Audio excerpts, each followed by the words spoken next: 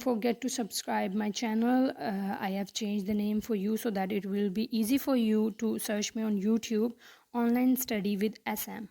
तो आप लोग बेटा जब ये YouTube पे जाके ये सर्च बार में लिखोगे you will get this channel. Kindly subscribe it and click to the bell icon so that you will get all my lectures on your home page. Let's move on. The correct. Okay, so the next one is preposition of time. Again, preposition of time. हमें इसी से पता चल रहा है it means that time के बारे में सारी एक्सप्लेनेशन दी जाएगी. ठीक है.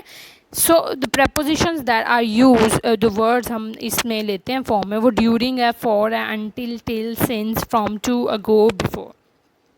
ड्यूरिंग को कब यूज़ करते हैं? Used when something happens within the time something else is happening. ठीक है. ड्यूरिंग का वर्ड तब यूज़ करते हैं जब एक चीज़ ऑलरेडी हो रही है और उसके अंदर ही एक चीज़ स्टार्ट हो गई है. फॉर एग्ज़ाम्पल मैं अभी इंग्लिश का लेक्चर दे रही हूँ. ठीक है. मैं अभी आपको जो है वो एक तो ये कि हम इन अ सेंस एक तो इंग्लिश स्पीकिंग की क्लास हो रही है, अब उसी के अंदर जो है वो प्रपोजिशन का टॉपिक जो है वो स्टार्ट हो गया है. तो that is the sense over here that is explained. We stayed at a student hostel during the conference. ठीक है. कॉन्फ्रेंस ऑलरेडी गोइंग ऑन और उसके अंदर जो एक एक्ट हो रहा है वो कौन सा था कि स्टे कर रहे हैं हम. ठीक है. For used with a period of time. I am going to bed for 2 hours और सो. एग्जैक्ट इसमें हमें जो है वो टाइम का नहीं बताया जाता.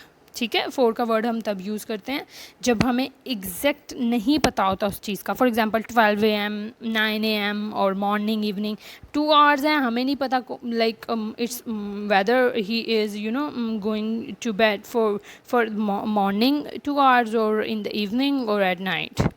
Until or till, up to a certain time. We'll wait till 6:30 for you. ठीक है. अब up to a certain time, exact हम बता देते हैं उसको जी इतनी टाइम तक ये चीज़ होगी, उसके बाद नहीं होगी. ठीक है. I will wait for you until you came. Okay. और हम बहुत सी आप लोगों ने एड्स में भी ऐसे सुना होगा ना, वेट फॉर मी और I will see you in next lecture और I will see you till then take care and Allah Hafiz. ठीक है. एक स्पेसिफिक टाइम बता दिया कि टिल देन तब तक आपने जो है वो अपना ख्याल रखना है. Anyway, since refers back to a point time when something began. For 40 years have passed away since they met. ठीक है. 40 साल गुजर चुके हैं, 40 साल का अरसा हो चुका है जब वो मिले थे. तो उसने मोस्टली क्या होता है जी, रेफर्स बैक हम जाते हैं किसी पॉइंट में कि तब ये हुआ था. We are living in this house since 1996. ठीक है. वी हैव बीन लिविंग और सोन, इसी तरह से सेंस चेंज होती जाएगी. इस पे हम डिटेल में बात करेंगे. From to shown one something begins and end. Her visit will extend from Monday to Thursday. ठीक है. स्टार्ट कब से हो रही है एक चीज़ और एंड कब तक हो रही है. आपको वेकेशंस का जब बताया जाता है ऐसे ही होता है ना. The vacations are going to start from Monday to Thursday और Friday whatever. Ago refers to how far back in time something happened. He left the house over an hour ago. ठीक है. अब एक आर का बता दिया उसने कि वो जो है वो कितनी देर में जो है वो एक चीज़ हो रही है या कितनी देर पहले एक चीज़ जो है वो हुई थी. Refer before refers to any time previous to a specific point in time. Will always up before done. ठीक है. एक वो चीज़ बताएंगे जो स्पेसिफिक पॉइंट पे जो है वो होती ही है. अगो जो है वो क्या है, देखो दोनों में डिफरेंस क्या आ रहा है कि ये हमें बता देता है कि हाउ फार बैक इन, कितनी देर पहले, और ये जो है ये बिफोर जो है वो थोड़ा यूजुअल में आ जाता है कि हमें जो है वो स्पेसिफिक पॉइंट जो है वो टाइम पे हम ये चीज़ करते हैं. ठीक है. ओके. यूज़ ऑफ सिंस और फॉर. अब फॉर जो है use to express a quantity of time और duration of something. I have been living here for 8 months. अब 8 months कौन से, इसमें हमें जो है वो ड्यूरेशन तो बता दिया जाता है, एग्जैक्ट जो है वो नहीं बताई जाती रेशोज़ की. ठीक है. I am going to stay here for 1 year. I haven't seen her for a long time. How long will you go there for. अब ये वाली सारी जो हैं जो सेंसेस फॉर और सिंस की यूज़ की जाती हैं, ये बेसिकली जो है वो परफेक्ट कंटिन्यूस में बेटा यूज़ की जाती हैं. We have gone through many times from tenses. If you are having your previous videos, so go there and revise it once. since used to express when something started relates to a specific time in the past. ठीक है, इसमें जो है वो हमें वो चीज़ बताते हैं, जैसे अप्रोक्सीमेशन में होता है वो टाइम, ठीक है, इसमें वो होता है जो स्पेसिफिक होता है.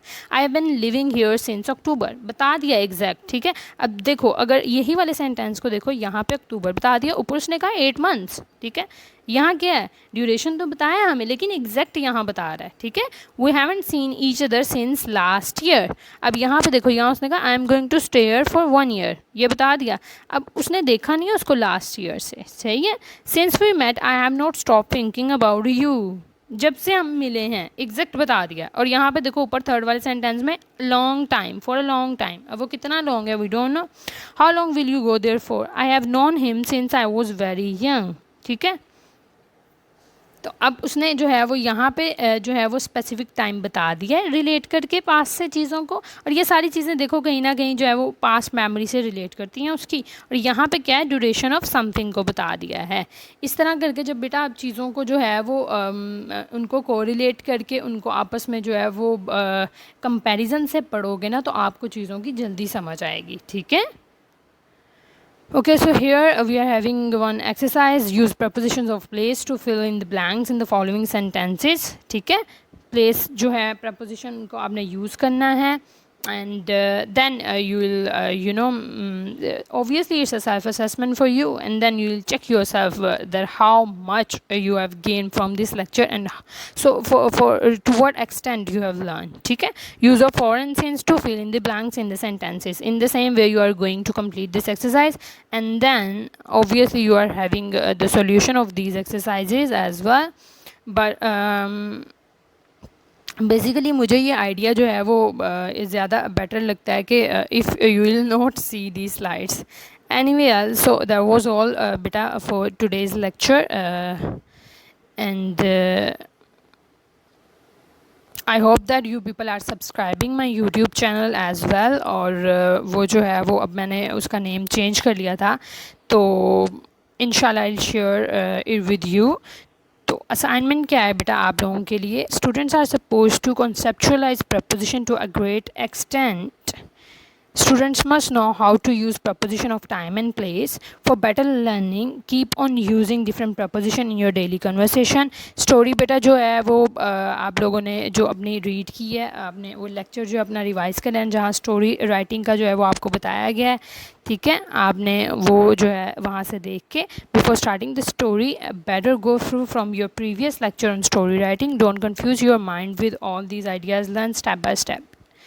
ठीक है, आपने बेटा अपने जो माइंड है उसको बिल्कुल भी मैस क्रिएट नहीं करना इस चीज़ के बारे. अपने माइंड को बिल्कुल भी जो है वो ये नहीं सोचना था इतनी सारी चीज़ें हम कैसे याद करें. स्टेप बाय स्टेप करो. ठीक है, हर चीज़ जो है वो याद रहेगी. Nothing is difficult but just the beginning, ये बात हमेशा याद रखनी है. So that was all for today. Inshallah we'll meet in our next lecture with something new for you. Till then, take care and stay home, stay safe. Allah Hafiz.